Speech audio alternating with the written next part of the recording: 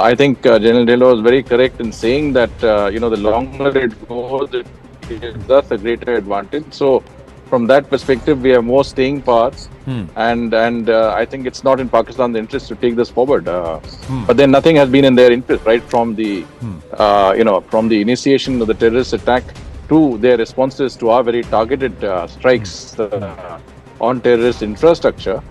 Nothing has been very logical from their side. So we don't know what's in store and how we will take this forward.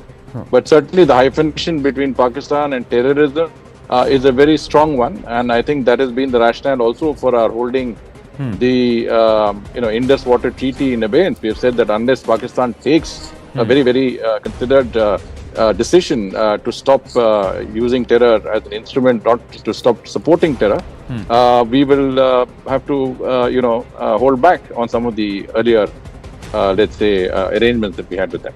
But is there a calibration beyond just looking at the kinetics? If Pakistan backs off on the kinetic engagement, does that mean that Bharat takes the foot off or the pedal off the non-kinetic offensive, or does that continue? And diplomatically, where do you see the gradient moving?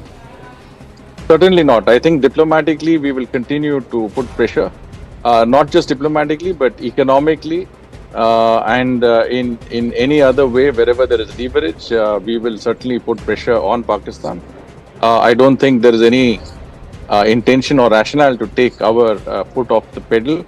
I think it's very important that until and unless Pakistan abjures terrorism, as I said, as an instrument of its policy, actually starts dealing with terrorists and their infrastructure within that country, we will not be able to, I think, stop on, I would say, in many senses, keeping Pakistan under pressure. Whether it is the whether trying to get Pakistan back on the grey list of the FATF, denying it the 25th IMF bailout, trying to, keep it under pressure in the United Nations and other multilateral institutions.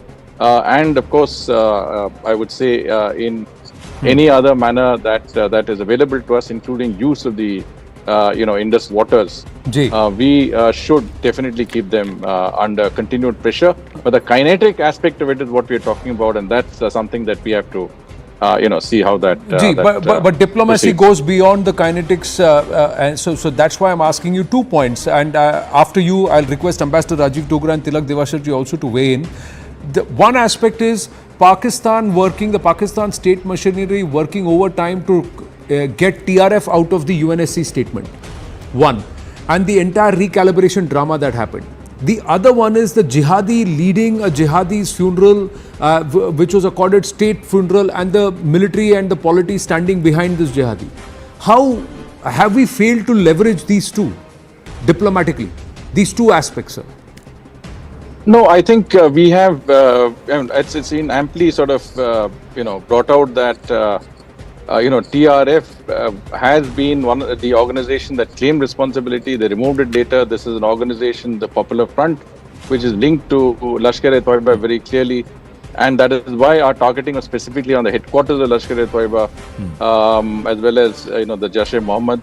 But the LET is, and Masood Azhar is on the UN, Security Council's list. We had got him listed, when Trump was in his first term. It was a coordinated effort between the US, ourselves, and some other partners. And despite, efforts from Pakistan and China to keep them out, and I think we have to keep that pressure up to ensure that this aspect of their involvement is not forgotten. I think the fact that Rauf Azhar was also killed in that strike, he is the person behind not only attacks within India, but also on the international community, including Wall Street Journal journalist Daniel Pearl, who was murdered by this man. So I think the fact that Pakistan has tried to take the TRF off the UN Security Council's press statement, in a certain sense, indicates that they are somewhat involved in it. I mean, why would you try to have an entity removed when you have nothing to do with it? That's one of those things that are there. This is normal in a press statement that you do name the entity responsible, which has claimed that they were responsible for that particular terrorist attack. And secondly, as you correctly pointed out, the presence of a number of other terrorist leaders who are involved with terrorist groups as well as the state representatives, whether it's the form security forces or others who are part of that, not just there as Ji. security, but they're actually paying, their bereavement on that particular, incident is something which ties in the Pakistani state complicitly with the terrorists and terrorist infrastructure in that country. So there is no gap between what is happening in terms of terrorism, cross-border terrorism, and those behind it, and the deep state of Pakistan. And that's what we are dealing with in the current context. Ji, Ambassador Rajiv Dogra, even as we speak, there is a blackout in Jaisalmer. Pakistani Asim Munir ne ego pe le liya. Bahawalpur is right across, so they are wanting to target Jaisalmer. Something there. Chupne do, but this is what they are doing. They are ready to go ahead and put everything at stake for a jihadi lot. And have we capitalized on this TRF aspect and also this, what we saw with Hafiz Abdul Rauf? Yes, sir. Well, as far as capitalizing on it, I think I would use the term whether we've informed our public and international opinion about that funeral with the military honors and national flag draped on the coffins and the terrorists standing by. Foreign Secretary set the ball rolling by showing the photograph to everyone in his, I think, first briefing. Then our High Commissioner in London and our Ambassador in Washington showed it to their audience there. So you can't do anything more than that.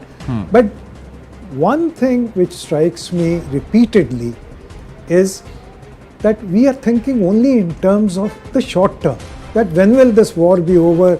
We hope Pakistan has been taught a lesson and so on. I think we should worry about the lessons Pakistan teaches us day in and day out. Yes. And I'll start from 1993. I was telling a channel in the morning, one of the business channels, that look at Mumbai today and look at Mumbai pre-93. It was a happy city. Today, every shop, major shop, mall, school, college, business establishment, government office, not just in Mumbai but all over India, must have a security guard. And the annual expenditure that India incurs on that is $11 billion.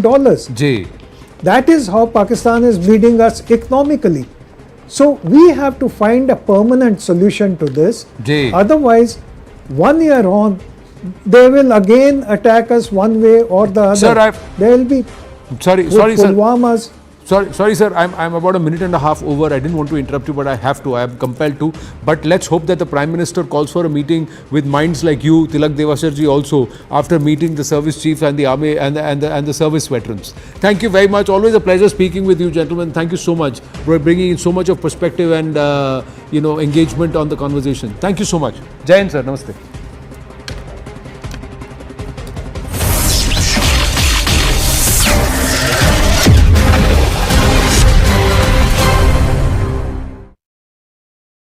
Brought to you by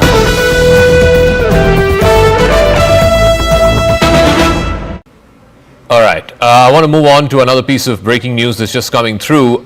We're given to understand that a former Lashkar-e-Taiba operative and an aide of the Lashkar-e-Taiba founder Hafiz Saeed has exposed the outfit. He says that many youths motivated by Hafiz Saeed's speeches and then joined the Lashkar-e-Taiba subsequently traveled to Afghanistan as well as to Kashmir in India. Approximately 500 individuals from across the country traveled to Afghanistan to undergo training at a camp named Maskar Taiba that's located in Kunar province. He says Hafiz Saeed is also responsible for the deaths of thousands of Pakistanis by sending them in a war of ashes to achieve the state's political goals. This is something that Noor Dari, that's the name of the individual. He's a former Lashkar operative. Tejinder has more details on this. Tejinder, read the tea leaves for us. What does this necessarily mean? See, Zaka, this Noor Dari right now is the executive director for ITCT, which is an international think tank that exposes Islamist terrorists. He says that his mother wanted him to become a doctor, but he like thousands of Pakistanis were motivated by the speeches given by the LET founder Hafiz Saeed. He says that he was appointed as the aide of Hafiz Saeed. He used to guard him in the Murtukai camp where he was deputed, and he says that Hafiz Saeed was traveling in a blue Toyota Wigo pickup Datsun. So Hafiz Saeed is responsible as per Hafiz Saeed is responsible for the death of thousands of Pakistani youth whom they motivate through his lectures. They join his terror outfit. They are sent to Afghanistan. They are sent to Kashmir, and they become a cannon fodder for the so-called war which Hafiz Saeed and other terrorists are fighting. He says that there are millions of Pakistanis and who have been motivated by the speech of Hafiz Saeed, and they have joined the terror cult of LET. He says that he took a decision finally because he saw that this will get him nothing, so he left LET, and he was made fun by the other LET members, saying that he was coward, that is why he was leaving it, but he realized that Hafiz Saeed would lead them to nowhere. So finally he right now in UK, settled there, and is working with one of the international think tanks as an executive director. So this person has exposed